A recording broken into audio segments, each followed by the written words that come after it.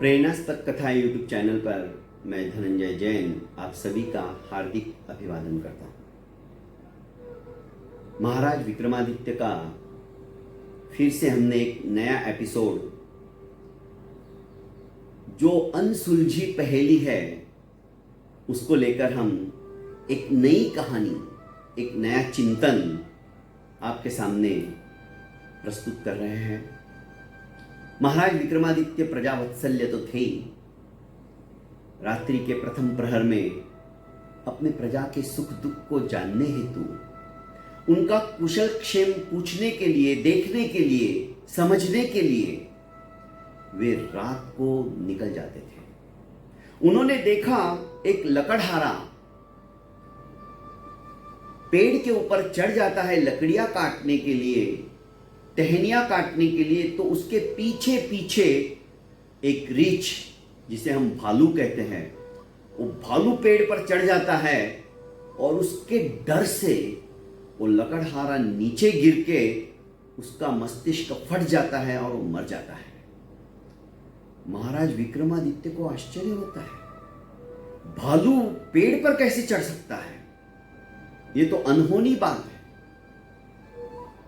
पर महाराज ने अपनी आंखों से देखा था। इतना ही नहीं, वह भालू नीचे उतरता है और एक सुंदर स्त्री का रूप धारण करके कुएं की मुंडेर के ऊपर जाकर बैठ जाता है। सुंदर स्त्री वहां बैठी हुई है। इतने में आगे की कहानी मैं आपको सुनाता हूं। महाराज विक्रमादित्य के ही दो सिपाही, जिनकी की नाइट ड्यूटी थी, दोनों नाइट ड्यूटी समाप्त कर अपने घर की ओर जा रहे थे।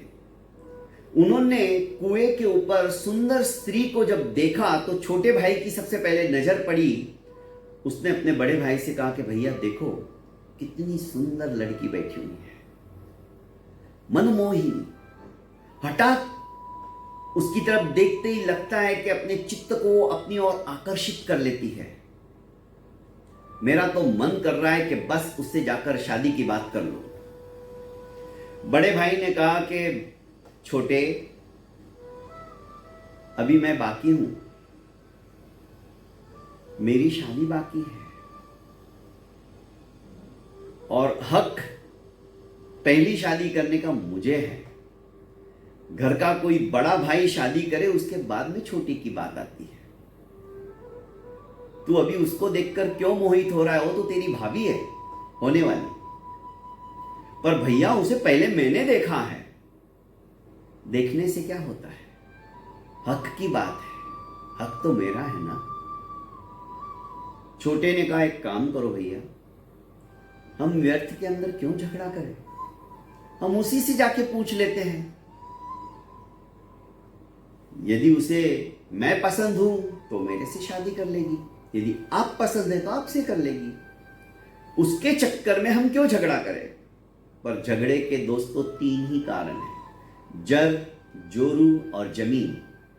इन तीनों के लिए आज तक संसार में सारे झगड़े की फसाद यदि कही जाए तो यही है। दोनों भाई उस सुंदर स्त्री के पास पहुंच गए और उन्होंने कहा, तुम कौन हो, कहां से आई हो? हमारे नगर की तो कभी हमने तुम्हें देखा नहीं और तुम लगती भी नहीं हो कि हमारे नगर की हो। तुम तो साक्षात अप्सराओं जैसी हो। तुम अपना परिचय हमें दोगी तो अच्छा होगा। उसने कहा, मैं अपने पति की खोज में बाहर गांव से आई हूं, तो हम तुम्हारी मदद करेंगे, हम तो राजा के सिपाही हैं। कहाँ है तुम्हारा पति? उसने कहा, नहीं, मेरा पति नहीं है, मैं पति बनाने के लिए उसकी खोज में निकली हूं। मेरे योग्य कोई मिले मेरा पति, इसलिए मैं उसे खोज रही हूं। अरे वाह, ये तो बहुत अच्छी बात है, क्योंकि हम दोनों भी अभी तक कुंवारे ही हैं, हमने भी अभी तक शादी नहीं की। यदि तुम चाहो तो हम दोनों में से किसी एक का वरण कर सकती हो। उस सुंदर स्त्री ने कहा कि हाँ, तुम दिखने में भी हृष्ट पुष्ट, तुम्हारा शरीर, संगनन, संस्थान एकदम सुदृढ़ है, नाक नक्शा भी तुम्हारा बहुत अच्छा है, पर मैं दो के साथ तो शादी नहीं कर सकती ना, इसलिए मैं एक के साथ ही शादी करूंगी, पर मेरी एक शर्त है।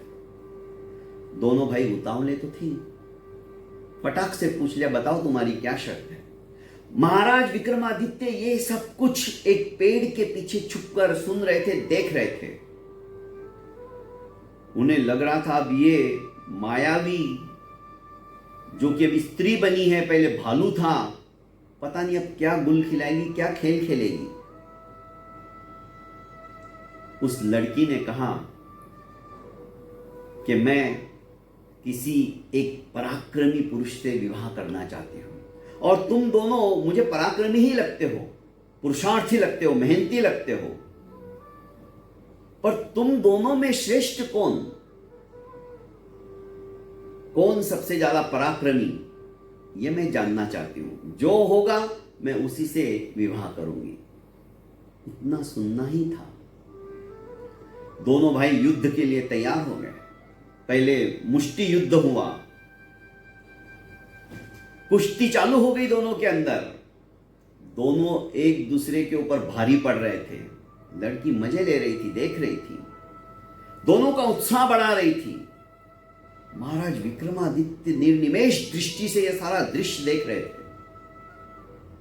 आखिर अपने आप को श्रेष्ठ सिद्ध करने के लिए दोनों भाइयों ने अपने खड्ग से तलवार निकाल ली और लड़ते लड़ते एक दूसरे के पेट में वो तलवार घुसेड़ दी। दोनों भाई तड़प तड़प के मर गए। लड़की जोर जोर से हंसने लगी। महाराज विक्रमादित्य को समझ में नहीं आ रहा था ये सब क्या हो रहा है। दोस्तों, आगे लड़की क्या करती है, महाराज विक्रमादित्य के समस्त सवालों का जवाब मिलता है या नहीं मिलता है, ये तो सुनने के पश्चात ही पता चलेगा। आज के लिए इतना ही। मिलते हैं अगले दिन फिर इसी वक्त इसी समय। तब तक के लिए इजाजत चाहता हूं। प्रणाम।